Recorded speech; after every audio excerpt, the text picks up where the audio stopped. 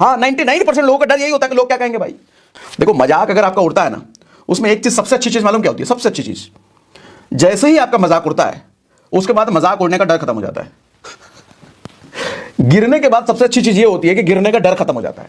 तो अगर किसी चीज का आपको डर है कि इसके बाद मेरा मजाक उड़ेगा, तुरंत कर डालो उसको, क्योंकि इस डर की वजह से कितने सालों से आपने अपने पोटेंशियल को रोका हुआ है, अपने काम को आपने रोका हुआ है, वो तुरंत कर डालो। किसी ने मजाक उड़ा दिया ना, डर खत्म हो जाएगा। जैसे बच्चे को थप्पड़ से डर तभी तक लगता है जब तक उसको थप्पड़ पड़ा ना हो। आपने देखा होगा ना, कई बार घरों में ऐसा माहौल होता है कि बच्चा माँ से डरना बंद कर देता है, क्योंकि माँ उसको रोज थप्पड़ थप्पड़ थप्पड़ थप्पड़। अब बाप से थोड़ा डरता है बच्चा। क्यों? बाप से क्यों डरता है? कि बाप ने कभी थक्कड़ लगाया नहीं, बाप की बातों बाप आंख से डरा देता है। अब बाप से वो इसलिए डर रहा है कि थप्पड़ कहीं पड़ ना जाए। बाप से भी अगर 4-5 थप्पड़ उसको पड़ने लग गया तो फिर बाप से भी डर खत्म हो जाएगा, हो सकता है। सर लोगों के मजाक उड़ने का डर तब तक है जब तक लोगों ने मजाक उड़ाया नहीं। उड़वा लो ना, स्पीकर बन जाओगे, इतनी बड़ी उपलब्धि, उड़वा लो, क्या जा रहा है। वैसे भी किसी भी लक्ष्य को हासिल करने के लिए ना सबसे बड़ी बाधा जो जिंदगी में होती है वो दो होती है।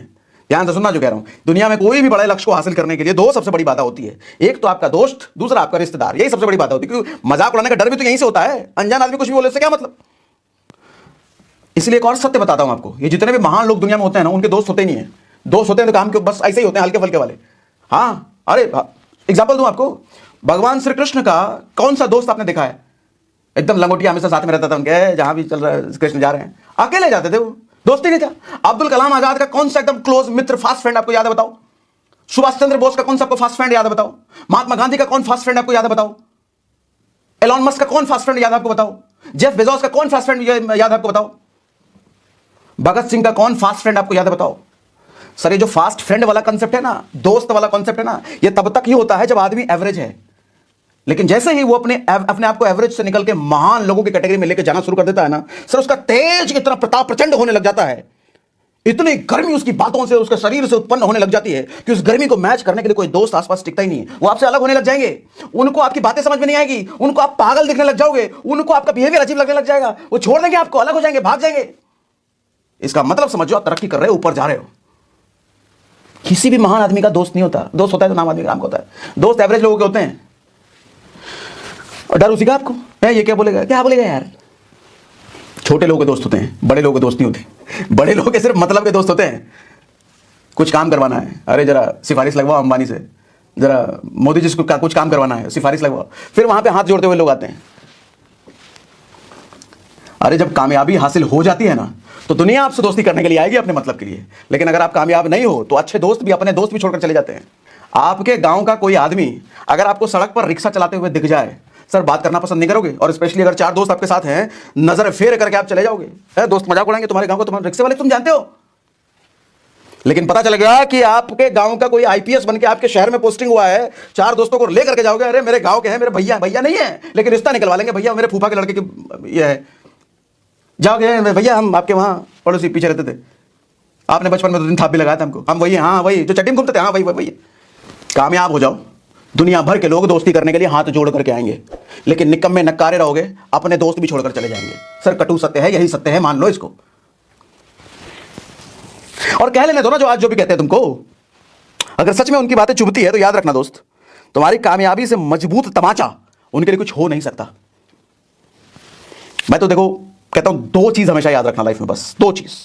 एक मंजिल पाने की आस, दूसरा खुद में विश्वास। बाकी सब बकवास, घंटा फर्क नहीं पड़ता, भाड़ में जाए सब, कोई फर्क नहीं पड़ता। भगवान देखता है ना, वो सब देखता है। वो बस फैसले कई बार कुछ देर से करता है, क्योंकि दरअसल वो परख रहा होता है कि तू और कितनी देर तक लड़ता है। अननेसेसरी बातों को इग्नोर करना शुरू करो। सर दुनिया भर के आधे से ज्यादा लफड़े, आधे से ज्यादा कोर्ट केसेस सिर्फ इसलिए हो जाते हैं कि उसने मुझे ऐसा कैसे बोल दिया, उसने मेरे साथ ऐसा कैसे व्यवहार कर दिया। 2 खानदान के बीच बड़ी सी दीवार खिंची हुई है, क्यों? क्योंकि हमारे परदादा के परदादा ने परदादा को उसके परदादा के परदादा ने कुछ बोल दिया था, इसलिए बड़ी सी दीवार खींच दिया। हम उसके घर नहीं जाते। सर जब इरादा समंदर लांघने का होना तो नदियों की लंबाई नहीं नापा करते। जब इरादा समंदर से लड़ने का होना तो नदियों की बातों को बुरा नहीं माना करते, उनको इग्नोर करते हैं और कुछ नहीं, आगे बढ़ जाते हैं। जब सूरज की रोशनी धरती पर पड़ती है ना, तो जितने भी लोगों के घर में दिया बाती सब जल रहा होता है, सूरज उनको बुझाने नहीं आता, लोग खुद ही उस दिया बाती को बुझा देते हैं, अरे भैया सूरज की रोशनी आ गई, इससे प्रचंड और कौन। इसी तरीके से आपको अगर कई बार ये लगता होगा कि उसने मेरे को ये बोल दिया और उसने सुन लिया, वो क्या सोचेगा, इसने मुझे ये बोल दिया, सर इसकी परवाह तभी तक है, वो आदमी इसकी परवाह तभी तक करेगा जब तक आप कुछ हो नहीं। जिस दिन आपका लेवल इतना बड़ा हो गया, इतने बड़े आदमी आप बन गए हो, कोई आदमी आपको कुछ बोल रहा है ना और आपको दूसरे वो भी समझ जा रहे फालतू आदमी उसको बोल रहा है, ऐसा सूरज बनो, ऐसा सूरज। जब आपकी रोशनी लोगों तक पहुंचे, जब आपका प्रचंड रूप लोगों तक पहुंचे, तो कहने वाले आपस में एक दूसरे को निपटा दें, आपको कुछ करने की जरूरत ना पड़े। छोटे लोगों को एहसास करा देना कि तुम छोटे हो, इसका बेस्ट तरीका इससे कुछ नहीं होता, उनकी बात को इग्नोर मार दो, खल जाएगा, उसको खल जाएगा, अंदर से जल जाएगा, अरे मेरी बात का वैल्यू दे रहा है। महात्मा बुद्ध को एक बार गांव वाले रोक करके, गुजर रहे थे कहीं से, गांव वाले ने रोक करके गाली उली देना शुरू कर दिया है, तुम डोंगी हमारे लोगों को उल्टा सीधा पाठ पढ़ाते हो, खूब गाली उली दिए। महात्मा गांधी मुस्कुरा रहे थे, सॉरी महात्मा बुद्ध मुस्कुरा रहे थे। तो ये जो लोग गाली दे रहे थे टेंशन में आगे गाली देते थे, अरे कैसा आदमी है, हम इतना इसको गाली दे रहे हैं, मुस्कुराया जा रहा है। करे काहे मुस्कुरा रहे भाई, तुमको गाली उली समझ में नहीं आ रहा क्या, दूसरे भाषा में दें गाली तुमको।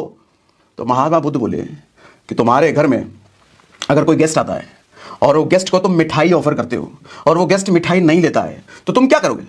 बोले मिठाई रख लेंगे अपने पास, और क्या, वो नहीं लेगा तो। बोले इसी तरह कि तुम मुझे अपशब्द जो कह रहे हो वो मैंने एक्सेप्ट नहीं किया, तो किसके पास गया वो अपशब्द।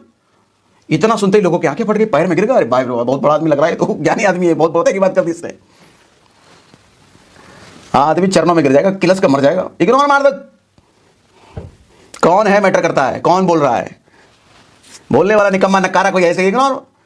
देखो मुकेश अंबानी जैसा आदमी कभी किसी की बुराई नहीं करेगा, फुर्सत ही नहीं है, इतना काम है उसको, भैया भारत का सबसे अमीर आदमी है, उसको वर्ल्ड का सबसे अमीर आदमी, कितना कुछ लक्ष्य लेकर काम कर रहा है, वो इधर उधर की बातों पर ध्यान देगा, साइड मारो, इग्नोर मारो।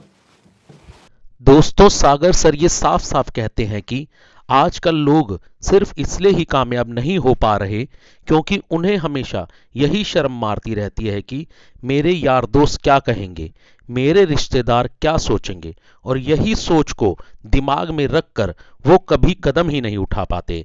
अरे छोड़ो इन सब घटिया बातों को और इग्नोर करो उन सभी दोस्तों और रिश्तेदारों को जो तुम्हारी कामयाबी में रोड़ा बने हुए हैं, क्योंकि जिस दिन तुम कामयाब हो गए तो उन लोगों का मुंह अपने आप ही बंद हो जाएगा। तो दोस्तों, सागर सर की आज की ये राय अगर आपको पसंद आई हो और आप भी सागर सिन्हा सर के फैन हो तो वीडियो को लाइक करना और चैनल को सब्सक्राइब करना ना भूलें।